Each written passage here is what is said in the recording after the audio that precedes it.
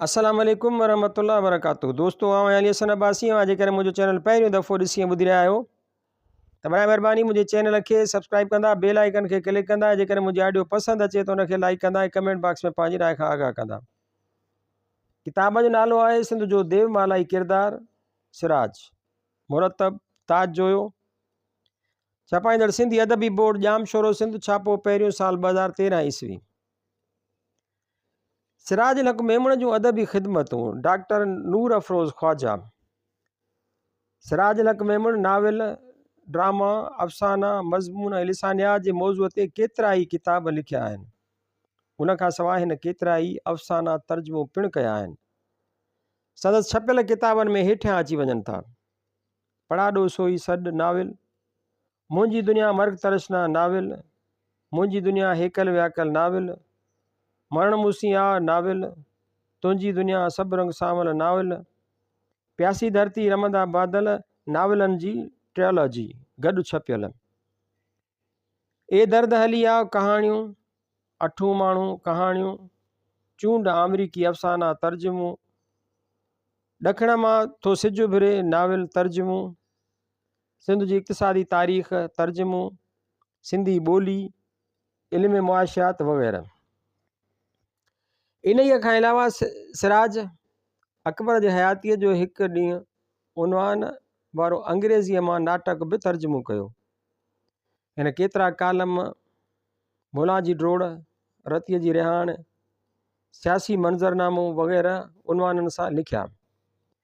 हिन केतिरा ई मकाला ऐं मज़मून बि लिखिया जिन में सिंधी ॿोलीअ जा चंद मसइला, असांजो नकाद, लतीफ़ ऐं वहदतुल वजूद वग़ैरह ख़ासि आहिनि ऐं मुख़्तलिफ़ रिसालनि ऐं अख़बारुनि में छपियल आहिनि। इन्हनि किताबनि, मज़मूननि, ड्रामनि, अफ़साननि ऐं कालमनि खां सवाइ सिराज केतिरनि अदबी किताबनि ते महाग ऐं मुक़दमा बि लिखिया। हू सहाफ़त जो बि तजुर्बो रखे थो। हिलाल पाकिस्तान अख़बार जो एडिटर पिणु रहियो आहे। सिराज अल हक मेमण शाइरी बि कई आहे जेका मेहरान ऐं ॿियनि रिसालनि में छपियल आहे। उनखां सवाइ नई ज़िंदगी, अदा, शाइर, लतीफ़, डाइजेस्ट, रूह रिहाण ऐं मेहरान रिसालनि में संदसि केतिरा ई मज़मून, तबसरा ऐं तनक़ीदूं शाया थियल आहिनि।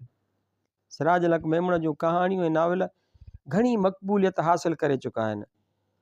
उन्हनि नाविलनि ऐं कहाणियुनि में तारीख़ी पस मंज़र खां सवाइ क़ौमियत जे रंग, मक़ामी रंग ऐं ॿाहिराड़ीअ जे ठेठि सिंधी माहौल जो अक्सु घणो नुमाया आहे। हिन सिंधी क़ौमियत जे तहज़ीबी, तमदनी, समाजी ऐं नफ़्सियाती मसइलनि खे ई मौज़ू बणाए लिखियो आहे। संदसि कहाणियुनि ऐं नाविलनि में रुमानवी पहलू बि चिटो नज़र अचे थो। हिन रुमानियत खे नओं रंग ॾेई उन में वुसअत आंदी आहे। रुमानवी फ़िक्र ऐं नफ़्सियात जा नवां ज़ाविया पेश कया आहिनि, जंहिं करे सिंधी अदब में जदीदियत जी तहरीक उभारण में सिराज जो वॾो हथु मञियो वियो आहे। हेठि सिराज जे नाविलनि जो मुख़्तसर जाइज़ो पेश कजे थो। पढ़ाॾो सोई सॾु।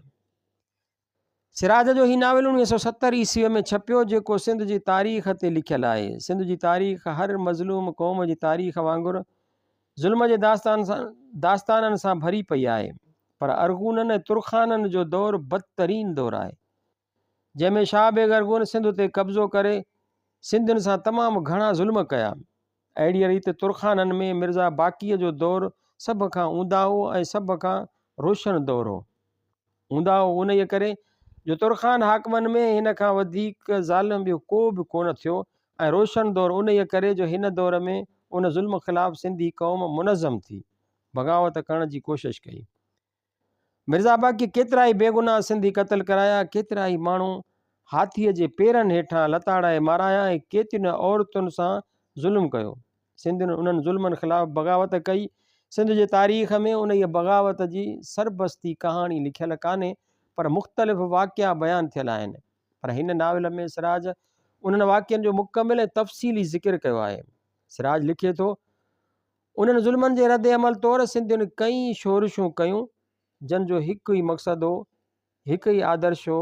उन आदर्श खे उजागर करण लाइ ई मूं उन खे नाविल जी सूरत ॾिनी। हिन नाविल में सिराज सिंधी माण्हुनि जी रहणी करणी ऐं रीतुनि, रस्मुनि, तहज़ीब ऐं कल्चर जी अकासी, सिंधी क़ौम जी बहादुरी ऐं सुरियाईअ जा वाक़िया, सिंधी औरत जो पंहिंजनि मुड़ुसनि लाइ ओसीअड़ो ऐं इंतज़ारु, हिंदुनि ऐं मुस्लमाननि जो गॾिजी रहणु, ज़ोरीअ मढ़त ऐं उन ख़िलाफ़ु एहतिजाज, मज़हबी कटरपणे जा करतूत, अरगूननि ऐं तुरखाननि जे दरबार जे माहौल जी अकासी सुहिणे तरीक़े सां पेश कई आहे। सिराज साहब जे हिन नाविल जो पस मंज़र क़ौम परस्तीअ ते ॿधलु आहे, जंहिंखे हिन सिंधी क़ौम खे यकजा करण ऐं ॾाढ जे मुक़ाबले करण जो मक़सदु आॾो रखियो आहे। संदसि हिन नाविल बाबति डॉक्टर ग़ुलाम हुसैन पठाण पंहिंजी थीसिस में लिखे थो त हिन नाविल में तुरखाननि जे ज़माने जी तारीख़ी वाक़िअनि खे अहिड़े अंदाज़ में बयानु कयो वियो आहे जो पढ़ंदड़ नाविल पढ़ंदे जोश में अचियो वञे। हिन नाविल खे जज़्बाती निगारीअ जो बहितरीनु शाहकार चई सघिजे थो। मजमूई तौर ते ॾिठो वञे त सिराज जो ही नाविल हिकु तारीख़ी ऐं क़ौमी रंग में रंगियल कामयाबु नाविल आहे। तुंहिंजी दुनिया सभु रंग सांवल। सिराज साहब जो ही नाविल बि सिंध जे आज़ादीअ, दौलतमंद तबिके, ज़मींदारीअ ऐं सेठियुनि जे ज़ुल्म वग़ैरह जे मौज़ूअ ते लिखियलु आहे। हिन नाविल में सिंध जे आम माण्हुनि, ग़रीबनि, मिसकीननि, हारियुनि, नारियुनि ऐं मज़दूरनि खे ज़ुल्म खां आज़ादी हासिल करण जा तरीक़ा ॼाणाया विया आहिनि। नाविल मौज़ू तोड़े टेक्निक जे लिहाज़ खां नओं ऐं दिलचस्प आहे। हिन नाविल पढ़ण सां मन में जोश, विलविलो ऐं क़ुर्बानीअ जो जज़्बो ऐं ख़ासि तौर ते सिंधियत जो जज़्बो वधीक नुमायां थिए थो। नाविल मां हिकु टुकड़ो नमूने तौरु पेश कजे थो। देसी सेण कजनि परदेसी कहिड़ा पिरी, केॾो सूर आहे उन्हनि लफ़्ज़नि में, केॾी न भंभलाईंदड़ हक़ीक़त। मुंहिंजो माज़ी परदेसी पिरीअ जहिड़ो त न हो ऐं मुंहिंजो हाल कंहिं देसी सेण जहिड़ो आहे।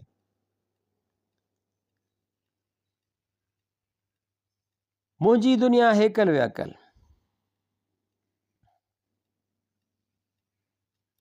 सिराज हक़ जो ही नाविल 1988 ईस्वीअ में न्यू फील्ड्स पब्लिकेशन हैदराबाद छपाए पधिरो कयो। हिन नाविल जो मौज़ू बि सिंधी मुआशिरो आहे, जंहिंमें वॾेराशाहीअ जे ज़ुल्मनि में पीड़ियल ग़रीब हारियुनि ऐं कुड़मियुनि जी मज़लूमियत जी अकासी कयल आहे। सिराज साहब हिन नाविल लिखण जो मक़सदु सिंध जे उन माहौल खां आगाह करण ऐं जुदा जुदा शख़्सियतुनि सां मुतारिफ़ कराइणु आहे, जेके सिंध जे ॻोठनि ऐं शहरनि में नज़र अचनि थियूं। हिन नाविल में नौजवान नस्ल जी नुमाइंदगी भरपूर नमूने कयल आहे, जेके मुआशिरे में इनक़लाब आणीनि था, ग़लति रीतियुनि, रस्मुनि, तौर तरीक़नि ॾाढा आहिनि ऐं ज़ुल्मनि ख़िलाफ़ु आवाज़ उथारीनि था ऐं तकलीफ़ूं बर्दाश्त कनि था।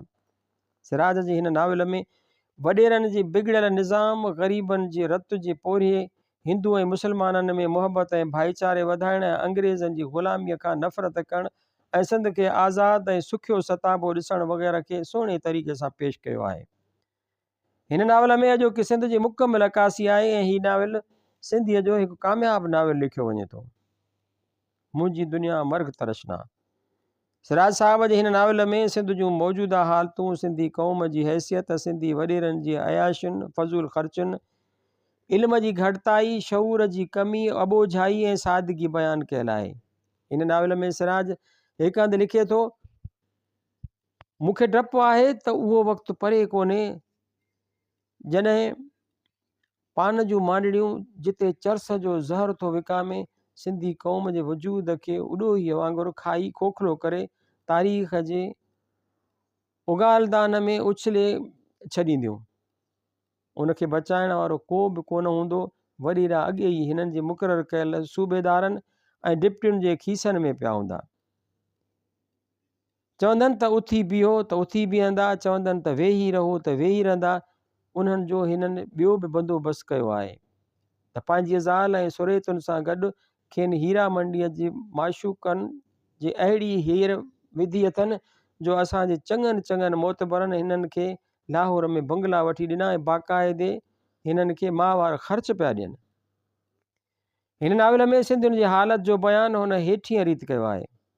सिंधी शहरनि मां बेदख़ल थी रहिया आहिनि, संदनि ॻोठनि जो रतु चूसे खेनि चीथाड़े मरीज़ बणाए छॾियो आहे। पंहिंजी शनाख़्त त परे रही, सिंध ऐं सिंधियुनि जो वजूद बि अहिड़े जोख़म में आहे जो मूंखे समूरी तारीख़ में अहिड़ो दौरु नज़र कोन थो अचे। सिंध जो रतु शायदि ॾाढो मिठो आहे जो हर ॼोर उनखे चुटी पई आहे। जॾहिं त ॼोरनि मां ई पंहिंजी जिंद आज़ादु नथा करे सघूं।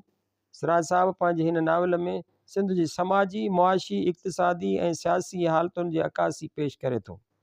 मिसाल तौरु सभ खां वॾी साज़िश असांजे ख़िलाफ़ु तालीम जे मैदान में थी आहे। असां खां असांजी ज़ुबान खसे, असां ते हिकु अहिड़ी ज़ुबान मड़ी वई आहे जंहिंजो असांजे तहज़ीब, असांजे सुभाउ, असांजी सोच, असांजी तारीख़ ऐं असांजे माणपे सां को परे जो बि लाॻापो कोन्हे। बंगाली उन साज़िश खे उथंदे ई सही करे विया ऐं पंहिंजा किरदार माराए घटि में घटि उन मैदान में पाण बचाए विया। असांजे ॿारनि खे अहिड़ी तालीम ॾिनी पई वञे जेका हिननि खां पंहिंजी सुञाणप विसाराए रही आहे। उहा तालीम बि अहिड़ी ज़ुबान में ॾिनी थी वञे जेका सोचुनि जे सरचश्मनि खे आफ़ीम वांगुरु गहराए माठो करे हमेशह लाइ सुम्हारे छॾींदी। अहिड़ी रीति हिन नाविल में सिराज साहब नौजवाननि खे इल्म सां चाह जा मशवरा ॾिना आहिनि ऐं हिदायत कई आहे, छाकाणि त उहो ई नसुल ईंदड़ दौर या मुस्तक़बिल जो रहनुमा ऐं रहबर थियणो आहे। मरण मूसिया सिराज मेमून जे हिन नाविल में बि सिंध जी तारीख़ जी अक्कासी कयल आहे। मुग़लनि जे दौर में सिंध जी सियासी ऐं समाजी हालतुनि, सिंध जे शहरनि ऐं ॻोठनि जो ज़िक्र निहायत सुहिणे तरीक़े सां पेश कयल आहे। हिन नाविल में सिंध ऐं सिंधियुनि जो जज़्बो, सिंध जे मिटीअ माण्हुनि, दरियाहनि, वाहणनि, ॻोठनि ऐं शहरनि सां सिक ऐं मुहबत जो जज़्बो, प्यार ऐं उकीर परटी वई आहे। सिंध मुंहिंजी मिठी जीजल, अॼु तुंहिंजी मूचारी धरतीअ ते इंसाननि जे गीतनि जी गूंजार बदिरां रुगो कुतनि जूं ऊनायूं वञी बचियूं आहिनि। इलाही हिन खे छो उहो ख़्यालु आयो त शायदि सिंध ते ख़ुदा जो ॾमर आहे जो उन कॾहिं बि घणो वक़्तु सुख न ॾिनो आहे। हिन जे अखियुनि अॻियां तारीख़ जा उहे दौर अची विया जिन में सिंध ते उत्तर, ॾखिण, ओभर, ओलह खां काटकनि जा कटक आया ऐं सिंध खे ताराज करे सिंधियुनि जे खून जा दरिया वहाए हलिया विया। की काटकू रहिजी विया ऐं सदियुनि ताईं सिंध जो रतु चूसींदा रहिया तांजो सिंध संदन क़ब्रिस्तान बणिजी वई। हिन खे उहो बि दौर यादि आयो जॾहिं सिंध धारियनि खां आजी हुई ऐं परे परे ताईं सिंध जी शादाबीअ जी हाक हूंदी हुई, पर उन शादाबीअ जी हाक ई सिंध ते ॾोलावनि जा ककरांदा। जॾहिं बि सिंधी पंहिंजे धरतीअ जी लॼ रखण में नाकाम थिया, जॾहिं बि नफ़रतुनि जो कारो पाणी मज़हबनि जी नफ़रत ऐं कटरपणू सिंधियुनि में सुजाॻ थियो, तॾहिं सिंध जो आसमान ऊंदाहो थी वियो ऐं सिंध जी महर भरी धरती रख ऐं रेतीअ जो बयाबान बणिजी वई ऐं धरतीअ ते गुलनि ऐं गाहनि जी सावक बदिरां सेंवर जी सावाण फैलियल हुई। ग़ुलामीअ जो किन्नू पाणी माण्हुनि जे हयातीअ में ज़हर भरे रहियो हो। ठटे जो आसमान ज़ुल्म ऐं जबर जी दुहाटियल छत वांगुरु ॼण त हेठि लही आयो हो। तारनि में बि उहा जोति न हुई ऐं न चंड में उहा चांड्रोकी हुई जेका सिंध जी सदा मलूक आसमान में हूंदी हुई। आज़ादीअ जो आसमान केतिरो न उजरो ऐं रोशन हूंदो आहे ऐं हीउ ग़ुलाम आसमान केतिरो न गदिलो ऐं दुहाटियल थो लॻे। हिन नाविल में सिराज सिंध जी समाजी ज़िंदगीअ जी मुकमिल अक्कासी कई आहे। हिन नाविल जो अहम किरदारु अनवर दौलतमंद ऐं ज़मींदार जो औलाद आहे, पर हू पंहिंजे मुआशिरे में वॾा वॾा इस्लाही कम करे थो। हिन वटि जेका बि दौलत आहे उहा हू ग़रीबनि ऐं मिसकीननि जी मदद कंदे विराए थो। हू ज़मींदारनि ऐं वॾेरनि वारियूं अयाशियूं नथो करे, पर सादो ऐं नेक शख़्स आहे। हू हिकु मजबूर औरत सां शादी करे थो ऐं हुनखे मुआशिरे में इज़त जो मक़ाम ॾियारे थो। सिराज पंहिंजे हिन किरदार खे हिकु मिसाली किरदार करे पेश कयो आहे। हासिल मतिलबु त सिराज जे नाविलनि जो जाइज़ो वठण खां पोइ उन ई नतीजे ते पहुचिजे थो त हिन खे सिंध सां बेहद प्यार हो। हिन सिंध में जदीद इस्लाही रुझानात आणण थे चाहिया, हिन सिंधी माण्हुनि में शऊर पैदा करण थे चाहियो, हिन सिंध जे पुराणियुनि रीतियुनि रस्मुनि ऐं रिवायतुनि खे ख़तमु करे नयूं रिवायतूं पैदा करण थे चाहियूं। हिन नाविल में लिखे थो त सिंध जे अॼोकी हालत ॾिसी मुंहिंजा झूर पोढ़ा हॾा बि कुरकण लॻा आहिनि त आउं हिते माठ करे वेठो आहियां। असांजे माठ जो तमाशो ॾिसी नंढा नेटा जवान पंहिंजो समूरो अल तल क़ुर्बान करे तालीम खे त्यागे पंहिंजे मुआशरती मफ़ादनि खे ॿन ॾेई मैदान ते बीही पिया ललकारीनि ऐं असीं हमेशह जा साॻी ॿिचा पढ़ाईअ जो शिकार आहियूं। पंहिंजे ज़ाती सुख, पंहिंजे ज़ाती सुकून जो खे जोखम में ॾिसी कछुअ वांगुरु पंहिंजी कुख में अंदरि घिड़ंदा था वञूं। तेसीं सिंध जी हर शइ ते कब्ज़ो थींदो वञे। असांजा शहर असांजा न रहिया आहिनि। असांजे ॿाहिराणियुनि खे ज़िंदगीअ जी समूरियुनि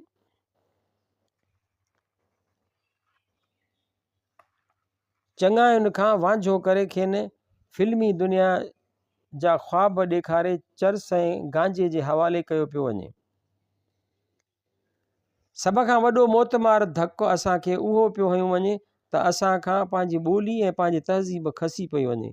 असांजे तालीमी सिरिश्ते में अंदरां ई अंदरां अहिड़ो खाट हणणु शुरू कयो अथनि जो असांजा उस्ताद पढ़ाइण बदिरां ऊंदा ई खॾ में उछलाइण लॻा आहिनि।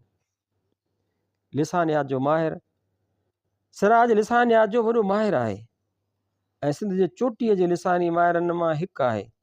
सिंधी ॿोलीअ ते संदसि किताब सिंधी ॿोली शाहकार आहे, जेको 1964 ईस्वीअ में छपियो।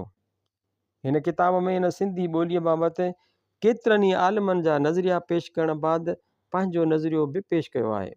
मतिलबु त सिराज साहिबु सिंधी ॿोलीअ जो हिकु अज़ीम अफ़साना निगार, वॾो नाविल नवीस, ड्रामा निगार, नामवर अदीब, लिसानियात जो माहिर, लेखक ऐं शाइर आहे, जंहिं पंहिंजी शख़्सियत मञाई आहे। सिराज अल हक़ मेमण बहसियत हिकु लेखक, मुसरत मेमण सिंध जे हर हिकु ख़िते जो सिंधी अदब जी तरक़ीअ में वॾो हिसो आहे। सिंधीअ में केतिरनि ई शाइरनि, अदीबनि ऐं दानिशवरनि पंहिंजनि ख़्यालनि जो इज़हार कयो आहे। शाह करीम खां वठी मौजूदा दौर ताईं सिंधी अदब जे तरक़ीअ लाइ अदीब पाण पतोड़े रहिया आहिनि ऐं सिंधी अदब जी झोली मालामाल थींदी रही आहे। सिंधी माण्हू आला तहज़ीब ऐं तमदन जा मालिक आहिनि। संदन जज़्बा, एहसास ऐं उमंगूं हमदर्दी, ईमानदारी ऐं इंसाफ़ सां भरियल आहिनि। सिंधी माण्हू भली बुख भरम जी शाल न वञे शान जे चवणीअ मुताबिक़ ज़िंदगी गुज़ारीनि था। सिंधी अदब में सिंधी नाविलनि जी खोट खे ख़ासि तरह महसूसु कयो वियो। उन खोट खे पूरे करण लाइ टंडे जाम शहर में ॼावल अदीबनि मां सिंध जे बरख कहाणीकार ऐं नाविल निगार मोहतरम सिराज अल हक़ मेमण कलम खयूं ऐं उन खोट खे पूरो कयो। हिन नाविलनि में उहो ॾेखारियो आहे त सिंध जे माण्हुनि में वफ़ादारी, ख़ुलूस ऐं महिमान नवाज़ी जा गुण आहिनि। सहाफ़त जे हवाले सां बि संदसि घणियूं ख़िदमतूं आहिनि। हिन अदीब ख़ासि करे शाइरी, कहाणियुनि, अफ़साननि, नावलनि, सहाफ़त, ड्रामनि, लिसानियात, मज़मूननि ऐं निसाबी ज़रूरतुनि ते काफ़ी लिखियो आहे। सिराज जी अदबी ख़िदमतुनि खे सहेड़ण वक़्त जी अहम ज़रूरत आहे। सिराज असांजी सिंधी ॿोली ऐं अदब जी जेका ख़िदमत कई आहे सा कंहिं बि तारीफ़ जी मोहताज कान्हे। संदसि लिखण ऐं सोचण जो अंदाज़ मुनफ़रिद आहे। संदसि शुमार उन्हनि अदीबनि में थिए थो जंहिंजे महिनतुनि खे तमामु घणो पढ़ियो ऐं पसंदि कयो वियो आहे। नौजवान अदीब बदर अबड़े जो किताब तनक़ीद निगारी इर्तिकाई जाइज़ो जॾहिं सिराज जे हथनि में आयो त हिन लिखियो, बदर अबड़े सोच जो दामन न छॾियो आहे। न रुॻो उहो पर असां पारनि खे बि दावत ॾिनी अथसि त अदब में साइंसी सोच खणी अॻिते वधण में अचो त गॾिजी पेशकदमी करियूं। विरहाङे खां पोइ सिंधी सहाफ़त जी इर्तिका तॾहिं खां थी जॾहिं लेखकनि लिखणु शुरू कयो। ख़ासि तौरु नसर नवेसी ऐं मज़मून नवेसीअ जो दौरु शुरू थियो। सिंध में केतिरियूं अख़बारूं, मख़ज़नूं ऐं रिसाला शाया थियण लॻा जेके सिंधी सहाफ़त जो बुनियादु बणिया। अख़बार हिलाल पाकिस्तान सिंधी सहाफ़त बाबति सिंधी अदब में नुमाया इज़ाफ़ो आंदो, जंहिंजे अवामी दौर 1972 ईस्वीअ खां 1977 ईस्वीअ में एडिटर सिराज हो। जागो अख़बार में छपियल संदसि कालम रती जी रिहाण सिंधी अदीबनि ख़ासि करे सिंध जे अवाम लाइ बहितरीनु मालूमात फ़राहम पे कई आहे। रतीअ जी रिहाण में सिराज हिकु हंधि लिखे थो, इंसानी समाज जी सभ खां बुनियादी ख़ुसूसियत उहा आहे त उहो हर पल हर घड़ी बदिलजंदो थो रहे। पैदावारी रिश्ता बि बदिलजंदा रहिया आहिनि, जंहिंजे असर हेठि समाजी रिश्ता बि तब्दील थींदा रहिया। उहो समूरो इर्तिकाई अमल जेकॾहिं ख़ुदसर ऐं पाण हुरितो चइजे त ग़लति न थींदो, जेतोणीकि उन विच में इंसान जी पंहिंजी शऊरी कोशिशुनि उन तब्दीलीअ जी रफ़्तार ख़ासियत ड्रेग वेकर ऐं उनाईअ ते दूर रस असर विधा। सिराज जूं सिंधी ॿोलीअ लिसानियात लाइ आला ख़िदमतूं आहिनि। हू सिंधी ॿोलीअ जे बुनियाद लाइ नई नज़रिए जो मुहरिक आहे। सिराज जी राय मूजिबि सिंधी संस्कृत जी ॼाई न आहे, पर संस्कृत सिंधीअ जी ॼाई थी सघे थी। सिराज पंहिंजे नज़रिए वसीले उहो साबित करण जी कोशिशि कई आहे त मशरिक़ तोड़े मग़रिब जे तहज़ीब ऐं ॿोलियुनि जो असुलु मक़ाम ऐं बुनियादु सिंधु माथर आहे। जितां सिंध जा माण्हू ओलह तरफ़ वारनि ख़ितनि ॾांहुं पंहिंजी तहज़ीब ऐं ज़ुबान खणी विया ऐं उते पंहिंजी तहज़ीब ऐं ज़ुबान खे फैलायूं। सिराज साहिबु स्वामी शंकर नदवारी नज़रिए खे ई सिंधी वेस वठायो आहे। रिसाले मेराण में सिराज लिखे थो त हितां चंद सुमेरी मोहरूं लधियूं आहिनि। डॉक्टर नूह क्रीमर जे मज़मून बाबति पंहिंजे ख़्यालनि जो इज़हार हिन रीति कयो अथसि त सुमेरी तमदुन ऐं सिंधु तहज़ीब जूं 30 मोहरूं लधियूं वियूं आहिनि। हिक हंधि लिखे थो त सिंध जा माण्हू पंहिंजी ॿोलीअ जी असलियत अज़मत ऐं अहमियत खे सम्झण जी कोशिशि कनि। ॿोलीअ जे पस मंज़र में जेका असांजी रोशन तारीख़ आहे उहा सुञाण अखियुनि सां ॾिसी सघनि। सिराज लक मेमण सहाफ़त ऐं लिसानियात खां सवाइ कहाणियुनि जा मजमूआ ए दर्द हली आहे ऐं 8 माण्हू असांखे ॾिना आहिनि। संदसि नावलनि में पड़ाॾो सोई सॾु, मुंहिंजी दुनिया हेकल व्याकल, मरण मूसिया, तुंहिंजी दुनिया सभु रंग सांवल, मुंहिंजी दुनिया मर्ग तरशना अची वञनि था। ऐं संदसि ड्रामनि में वीरान अखियूं, ज़ख़्मी दिल, बीजल, घातू घर न आया, प्रोफेसर ऐं अकबर जी हयातीअ जो हिकु ॾींहुं अची वञनि था। उनखां सवाइ सिराज शाह भेटाईअ जे दौर खां 100 साल पोइ जे लधल हिक नुस्ख़े ते तहक़ीक़ी कमु करे रहियो आहे। सिराज जो ख़्यालु आहे त अदीब पंहिंजे समाज ऐं मुआशिरे ॾांहुं ज़िम्मेवार आहे, छाकाणि त उन समाज ऐं मुआशिरे जी ई पैदावार आहे। मज़मून लतीफ़ ऐं वहदतुल वजूद में हिकु हंधि लिखे थो त इंसान ऐं काइनात जी उहा वहदत ऐं वहदत ॾांहुं उन सफ़र में जेकी मरहला तब्दीलियूं अमल रद्द अमल साम्हूं अचनि था तन असांखे अशरफुल मख़लूक़ात बनायो आहे। ॿियनि लफ़्ज़नि में न हुजण खां हुजण ताईं पहुचायो आहे, अण वजूद खां वजूद ताईं रसायो आहे। सिराज संदसि मज़मूननि कहाणियुनि ऐं नावलनि ज़रिए सिंध ऐं सिंधी समाज जी घणी ख़िदमत कई आहे। संदसि नावलनि खे असां 3 दौर जे अहम नावलनि यानी 1947 ईस्वीअ खां अॼु ताईं जे लिखियल नावलनि में शुमार करे सघूं था। नामवर अदीब जमाल अबड़ो पड़ाॾो सोई सॾ जे पेश लफ़्ज़ में सिराज लाइ लिखे थो, सिराज सिंधी क़ौम जे सभिनी मसइलनि खे नावल दौरान सुलझाइण जी कोशिशि कई आहे। संदसि सम्झ ऐं दूर रस निगाह माज़ी हाल ऐं मुस्तक़बिल खे यकजाए करे तारीख़ी पस मंज़र में हक़ाइक़ खे बेनकाब कयो आहे। संदसि तड़पंदड़ दिलि माज़ीअ जूं रत अॼूं हाल जूं काविशूं ऐं मुस्तक़बिल जूं उमेदूं ऐं ख़दशा खयो ॾाढी निहठाई ऐं निवाणाईअ सां दवाऊं ऐं दुआऊं झलियो बीठी आहे। सिराज जो चवणु आहे त रिवायत ज़िंद तब्दीलीअ जो नालो आहे ऐं क़दामत परस्ती हर क़िस्म जी ग़लति या सही रिवायतुनि खे चिंबड़ी पवण जो नालो आहे।